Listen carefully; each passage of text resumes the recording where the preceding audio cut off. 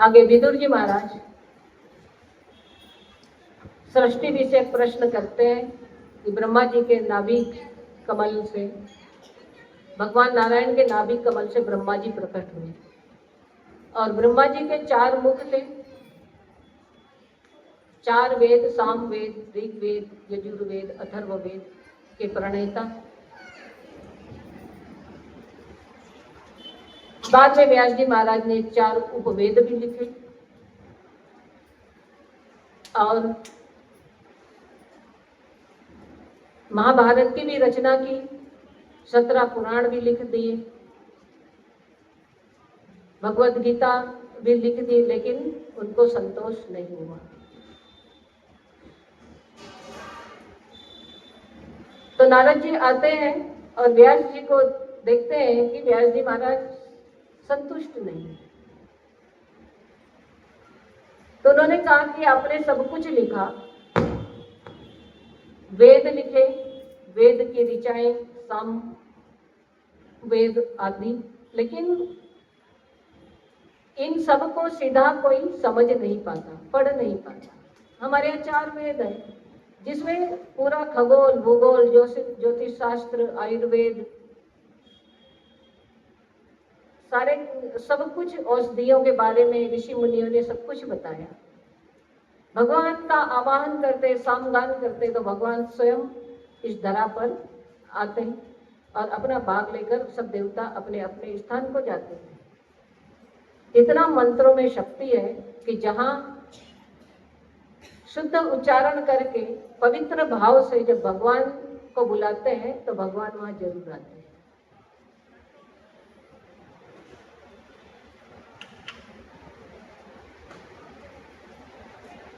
तो किस चीज का दुख था नारद जी भगवान को कि कलयुग में व्यक्ति का अंतःकरण शुद्ध इतना नहीं रह पाएगा। रोज शुद्ध करते फिर मलिन हो जाता है, फिर शुद्ध करते फिर मलिन हो जाता है। तो उन्होंने कहा कि आप श्रीमद् भागवत, भगवान श्री कृष्ण की लीलाओं कथाओं के बारे में लिखो। तो श्रीमद् भागवत में ये जितने हमारे शास्त्र, पुराण, उपनिषद, वेद है, सबका सार है। यहाँ जो ज्ञानी है वो ध्यान के माध्यम से, विचारों के माध्यम से स्वयं को ब्रह्म के चिंतन में लगाए रखता है। जो भक्त है तो भगवान से प्रेम करता है, अपने इष्ट जिस रूप में भी जिस हम भजते हैं उसी में उस इष्ट की आराधना करता है और एक दिन भक्ति मार्ग से भी भगवान के पद को पा लेता है। ज्ञानी और भक्त में अंतर है। ज्ञानी उस पद को पा लेता है, फिर उसके बाद कुछ पाने को नहीं होता। भक्त पहले भगवान के धाम को पाने की इच्छा रखता है। जैसे हम वैकुंठ लोक जाने की इच्छा रखते हैं कि हमको वैकुंठ लोक मिले, पहले तो स्वर्ग की इच्छा रखते हैं कि हमको स्वर्ग मिले, सुख मिले, आनंद मिले। तो पहले स्वर्ग, फिर उसके बाद भगवान का धाम। तो जो कुछ नहीं करते तो कम से कम स्वर्ग की तो इच्छा रखे कि हमको स्वर्ग तो मिले ही मिले, और थोड़ी भक्ति आगे कर लेंगे, भगवान के साथ जुड़ जाएंगे तो फिर हमको भगवान का धाम मिल जाएगा। शिव जी के भक्तों को शिवलोक मिल जाएगा। शिव पुराण में आया है ना शिवलोक, जहाँ माता भगवती के पास चंचूला जाती है, अपने पति को भी प्रेत योनि से छुड़ाती है। तो भगवान का धाम, भगवान का लोक, जहाँ हम उनके साथ प्रसन्नता पूर्वक, सुख पूर्वक रह सके, जहाँ उनके भक्त हैं, उनके गुणगान गाते हैं, संकीर्तन करते हैं, राधे राधे गाते हैं, कृष्णा कृष्णा गाते हैं, तो हम भी उनके साथ राधे कृष्णा गाएंगे, उनके दर्शन करेंगे, उनकी छवि को निहारेंगे और बस वो बार बार वर मांगो, हर्षि देव श्री रंग, पद सरोज अन पायनी, भक्ति सदा सत्संग। तो भक्त क्या चाहता है? भगवान की लीलाओं कथाओं को सुनना, सत्संग चाहता है। ज्ञानी अभय पद को पाता है, ब्रह्म में लीन होता है, उसके लिए भी कोई लोक लोकांतर नहीं। और जिसको भक्ति करनी है उसके लिए तो भगवान का रूप, भगवान की झांकी, भगवान का साथ, सखा भाव में भजे, चाहे किसी भाव में भी भजे, ईश्वर को रात दिन भजे। योगी है, वो योग के माध्यम से जुड़ता है, अपने सातों चक्रों का भेदन करके 8वें सहस्त्रार से अपने प्राणों का उत्सर्जन करता है। वो भी भगवान में पार ब्रह्म परमेश्वर में मिलता है। कर्मयोगी है, उनके लिए निष्काम कर्म, उसके लिए मानव सेवा ही सबसे बड़ी सेवा है। वो दरिद्र नारायण को की पूजा करता है, दुखी लोगों को की सेवा करना। तो जब निष्काम भाव से जब वो दुखी लोगों की सेवा करता है तो उसको उसी में आनंद होता है, उसी में रुचि होती है। उन्हीं के उत्थान के लिए वो अपने पूरा का पूरा जीवन उसी में लगा देता है, राष्ट्र सेवा में, देश सेवा में, लोगों की के ऊपर दया करुणा बरसाने में, सबकी मदद करने में, जिसको सुख मिले, आनंद मिले। हमारा मन जो कहता है हमको वही पथ अपनाना चाहिए और अपने जीवन में वैसा ही गुरु धारण करना चाहिए। हमको भक्ति चाहिए, भक्ति मार्गी गुरु के पास जाएंगे। ज्ञान चाहिए, ज्ञान मार्गी गुरु के पास जाएंगे। आपको देश सेवा करनी है तो संघ वालों के पास जाएंगे, आरएसएस वालों के पास जाएंगे। तो क्या करना है जीवन में, वो एक उद्देश्य, एक लक्ष्य। हमारा मनुष्य जन्म ऐसे नहीं हमको मिल जाता। मनुष्य जन्म 84 लाख योनियों के बाद मिलता है और ये जन्म हमारा तपस्या के लिए है, ये भगवान को प्राप्त करने के लिए है।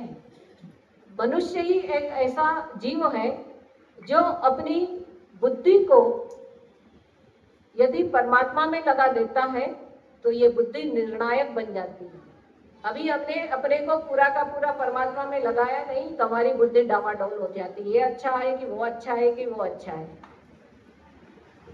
तो जो करते रहोगे भजन धीरे धीरे तो मिल जाएंगे राधा रमण धीरे धीरे। तो राधा रमण हमारे धीरे धीरे हमको मिल ही जाएंगे। इसलिए उस राधा रमण की खोज, उस भगवान की खोज और उसी के जब तक के बारे में ही ये पूरा का पूरा बताया है। हमारे वेदों में भी यही आया है कि हम पहले कर्मकांड से भगवान की पूजा विधि सीखे, उसके बाद यज्ञ करें जिससे हमको यश की प्राप्ति हो। हम लक्ष्मी माता का पूजन करें, नारायण भगवान का पूजन करें, लक्ष्मी घर में आए, राधे रानी का भजन करें तो जैसा प्रेम उनका भगवान कृष्ण के प्रति है ऐसा प्रेम हमारे अंदर भी जागृत हो जाए। हम भगवान राम की आराधना करते हैं जहाँ सब सुख आनंद मिले और हमारा घर मर्यादा में रहे और हम मर्यादित होकर इस जीवन को अच्छी तरह संभालें। इसलिए रामायण रोज पढ़नी चाहिए। तो रामायण से हमारा चरित्र अच्छा बनता है। व्यक्ति की पूजा कब होती है? जब व्यक्ति चरित्रवान होता है। यदि व्यक्ति चरित्रवान नहीं है तो थोड़े प्रभाव में थोड़े दिन पूजित तो हो लेगा, लेकिन बाद में फिर हमारा मन नहीं करेगा उनको पूजने को। तो इसलिए पूजा किसकी है? चरित्र की। तो हमारा चरित्र अच्छा होना चाहिए, हमारा चरित्र पावन होना चाहिए। यदि जीवन में कभी कोई गड़बड़ हो भी गई हो और कभी हम गलत रास्ते पर भटक भी गए हो तो रास्ता हमको सुधार लेना चाहिए। एक बार जब हम कीचड़ में गिरते हैं तो दोबारा जब वहाँ कीचड़ हो या न भी हो तो पहले हमारा ध्यान वहाँ जाता है कि कहीं यहाँ कीचड़ तो नहीं है, फिर गिर जाएंगे। तो दोबारा आप कीचड़ में गिरना पसंद करते हो? तो ऐसे जब हम कीचड़ में दोबारा गिरना पसंद नहीं करते तो जीवन में यदि कोई गलती हो जाए तो दोबारा उस गलती को भी नहीं करनी चाहिए। एक बार हो गई, ना समझी में हो गई, कैसे हो गई। ऐसे ही बोल में भी कभी हमने गलत किसी को बोल दिया, लेकिन दोबारा तो हम सावधानी बरत सकते हैं ना, क्योंकि भगवान ने हमको बुद्धि दी है। तो इस बुद्धि का प्रयोग कब करोगे? तो इस बुद्धि का प्रयोग इसी जीवन में करना है। यही विदुर जी और मैत्रेय जी कहते हैं।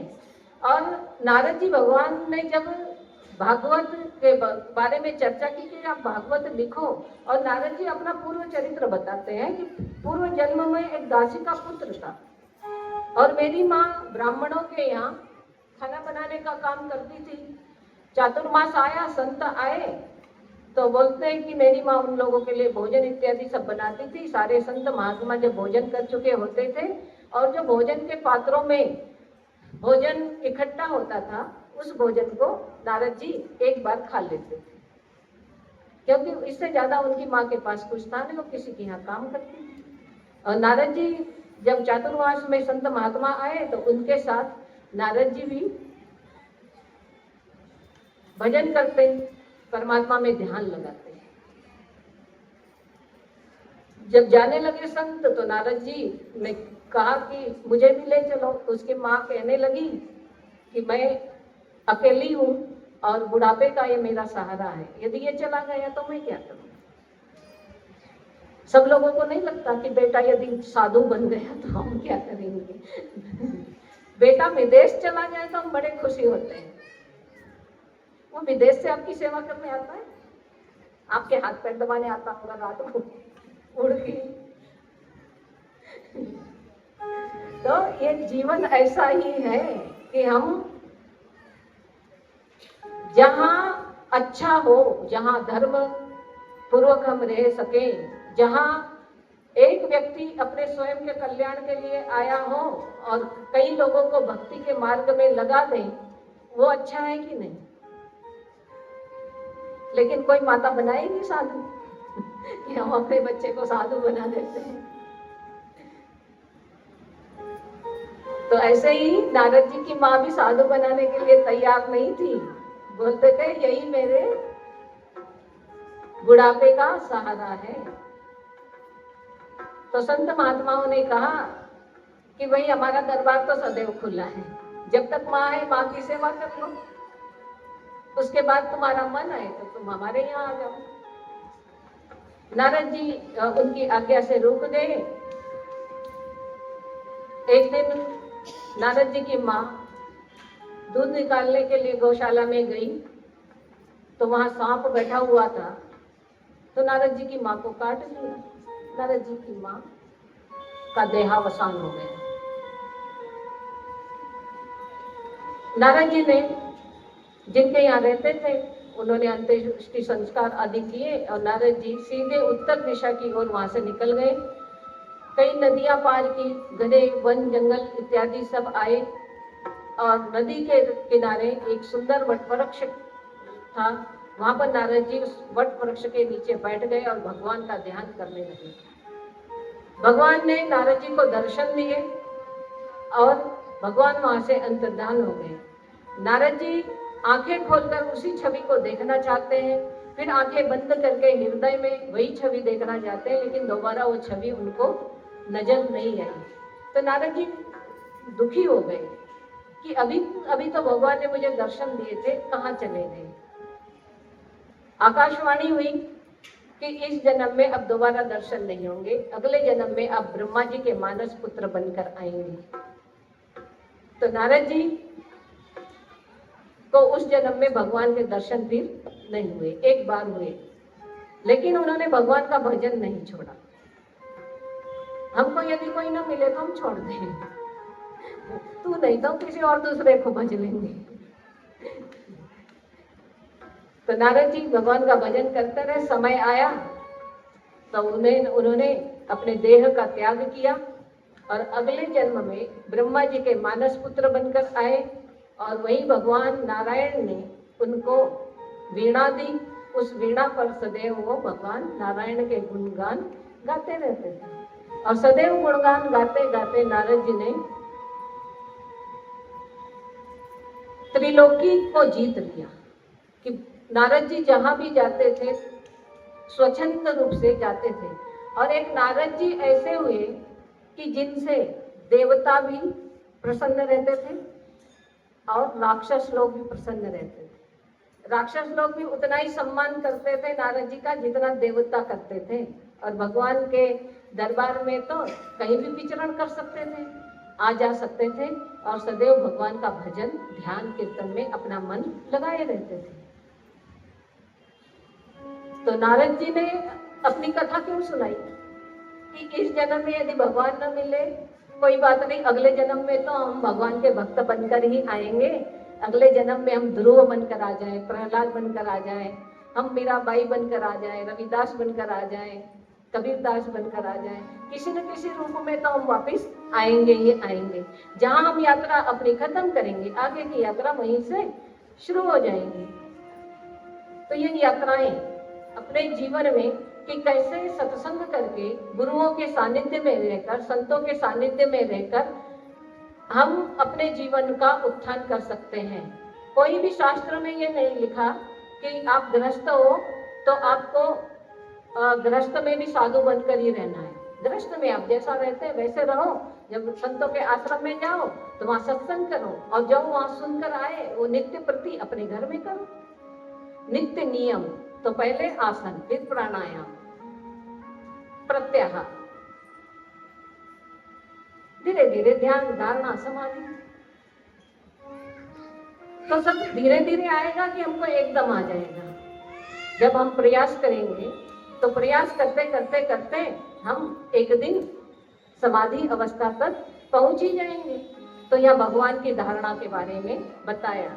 सुखदेव मुनि कहते हैं कि भगवान की धारणा कैसे की जाए। उन्होंने कहा आप भगवान श्री कृष्ण के किसी एक रूप को, एक अंग को देखो।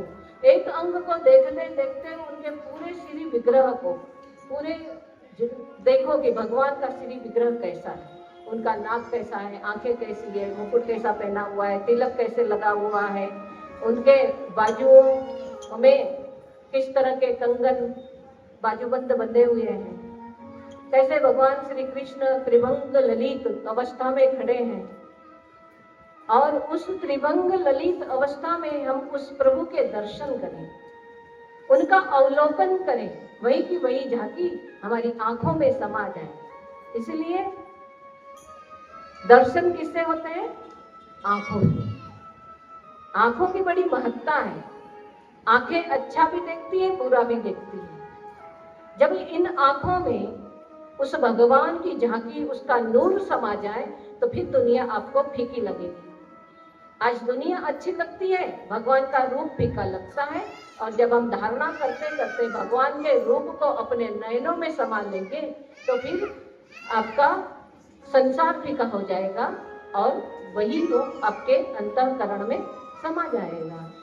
गोपी कहती है, कृष्ण को देखती है, तिरछे ही खड़े मोहन, तिरछाई मुकुट सिर पर, तिरछे खड़े मोहन, तिरछाई मुकुट सिर पर, वहाँ बंसी बजाते हुए, वहाँ बंसी बजाते हुए, श्याम तुम्हें देखूं, वहाँ बंसी बजाते हुए, घनश्याम तुम्हें देखूं, वहाँ बंसी बजाते हुए, घनश्याम तुम्हें देखूं,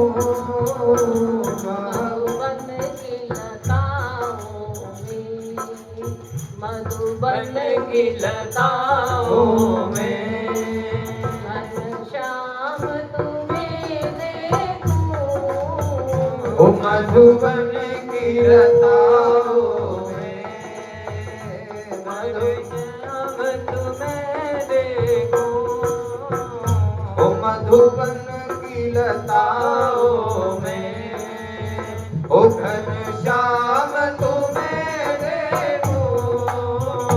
मधुबन की लताओं में, श्याम तुम्हें देखूं, है श्याम तुम्हें देखूं। तो ये मधुबन की लताओं में घनश्याम खड़े हैं, श्याम सुंदर, और उसकी हम झांकी करें कि कैसे हमारे भगवान कृष्ण दिखते होंगे। आंखें बंद करके उसके रूप को देखें, उसकी धारणा करें। धीरे धीरे हमारा मन उसकी ओर लगेगा। नारद जी ने भी तो ऐसी ही भक्ति की, ऐसे ही भगवान के दर्शन किए, उनकी छवि को निहारा और छवि को निहारते निहारते अपने जीवन को परमात्मा के श्री चरणों में लगाया। हम भी अपने जीवन को परमात्मा के श्री चरणों में लगाएं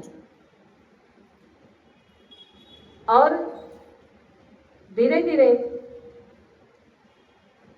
नारद जी भगवान के अनन्य भक्त बन गए। उनको देवर्षि की उपाधि मिली।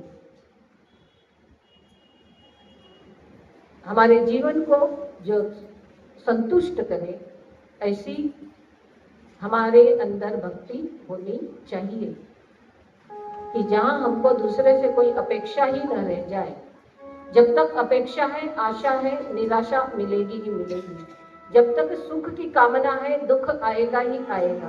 जिस दिन सुख नहीं चाहोगे तो दुख आपके पास आ ही नहीं सकता, क्योंकि दुख तो है ही नहीं। दुख तो हमने मान लिया कि हमारे मन के विपरीत हुआ तो दुख मिला, मन के अनुकूल रहा तो दुख कहाँ है? कहीं ढूंढो दुख मिलेगा? कहीं भी दुख नहीं है।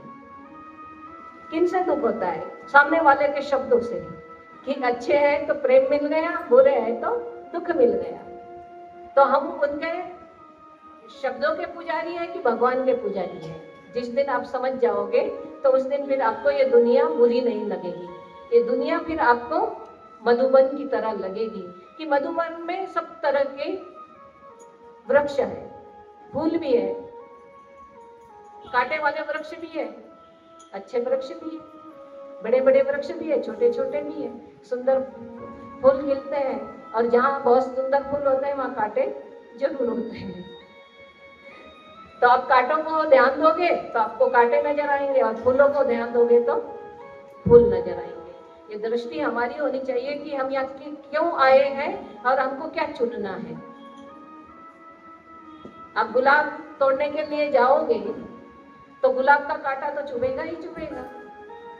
तो आप गुलाब तोड़ोगे कि नहीं? आप नहीं तोड़ते हैं तो आप गए किस लिए थे? तो हमको जो चाहिए वो आप ले लो, जो नहीं चाहिए उसको छोड़ दो। क्योंकि संसार में सब तरह के प्राणी हैं और सब तरह की ये दुनिया है। 10 प्रकार की हमारे यहाँ सृष्टियां हैं। सर्ग, विसर्ग, स्थान, उति, भूषण, ईशानुकथा, आश्रय, मुक्ति, आपको जो चाहिए सब कुछ है।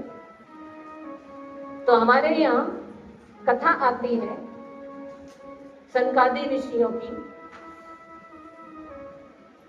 कि भगवान के पार्षद हैं जय और विजय। सनकादि ऋषि जाते हैं और जय विजय को श्राप, जब विजय उनको रोकते हैं तो उनको श्राप देते हैं कि भगवान के यहाँ आने से भी रोक टोक करते हैं। तो उनको कहा जाओ तुम राक्षस हो जाओ। तो हिरण्याक्ष और हिरण्यकशिपु माता दिति के 2 पुत्र हुए हैं। और हिरण्यकशिपु की कथा 7वें स्कंद में आएगी। और यहाँ हिरण्याक्ष जो पृथ्वी को जल के अंदर लेकर चला गया।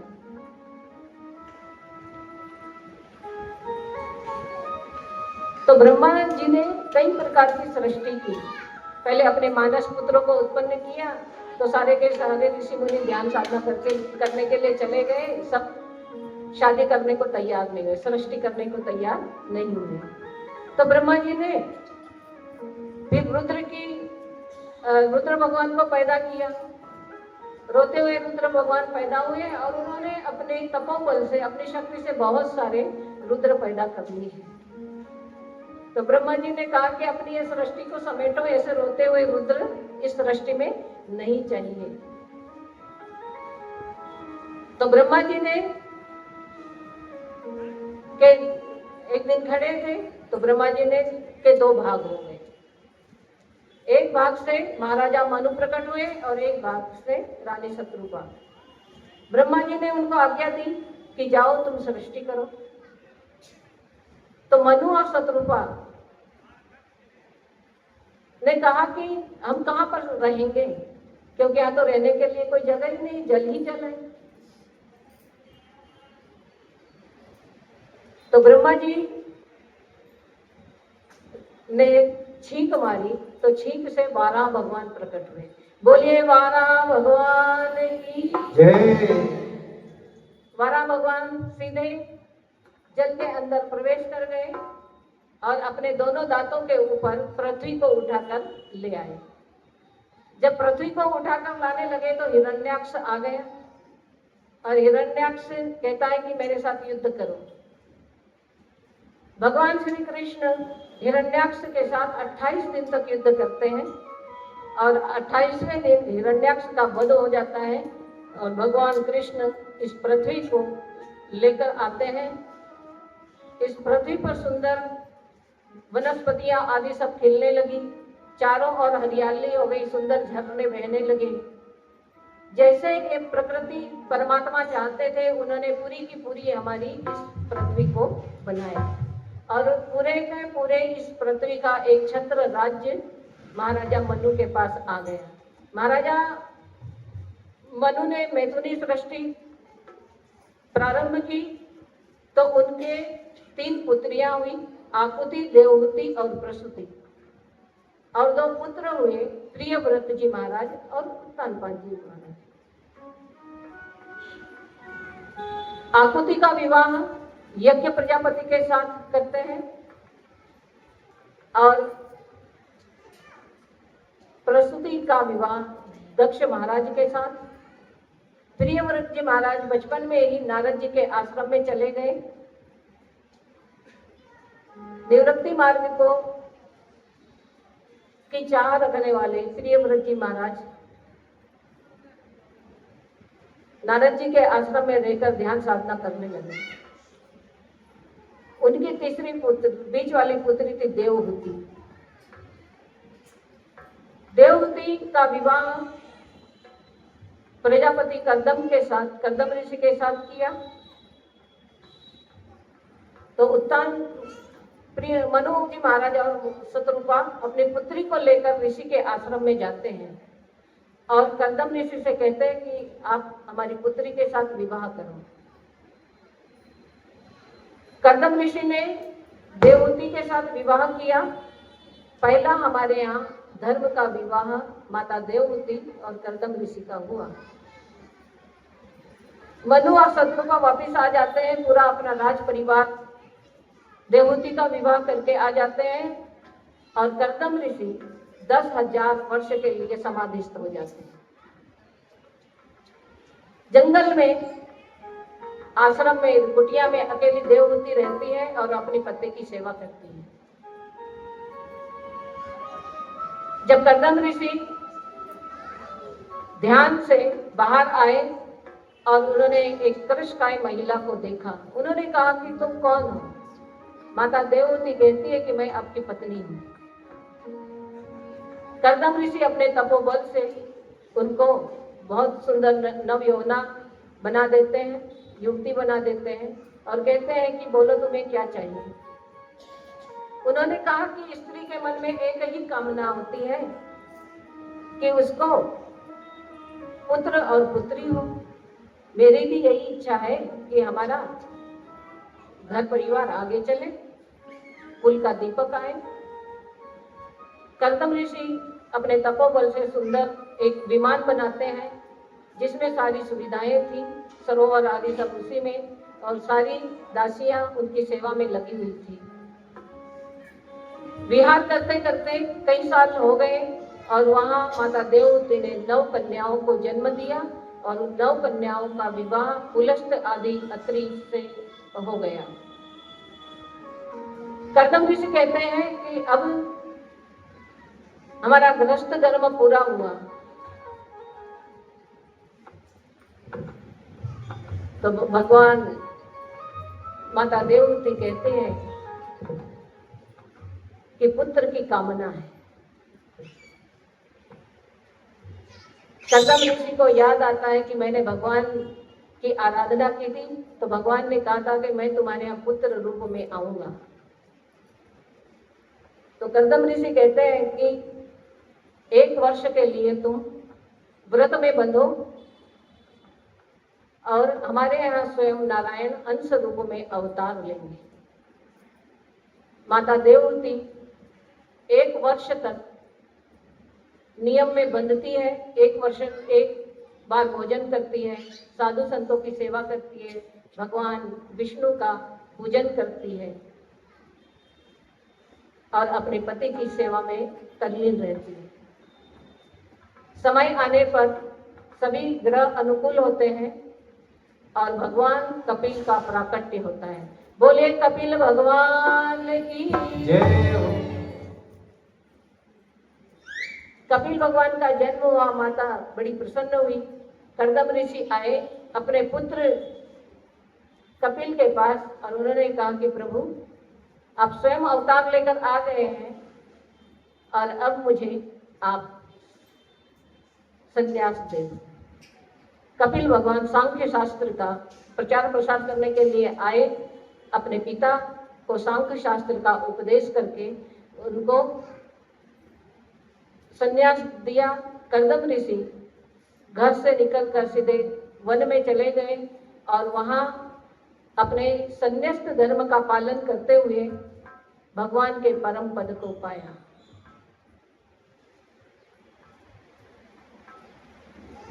आज की कथा को यहाँ विश्राम, कल कपिल आख्यान सुनाएंगे।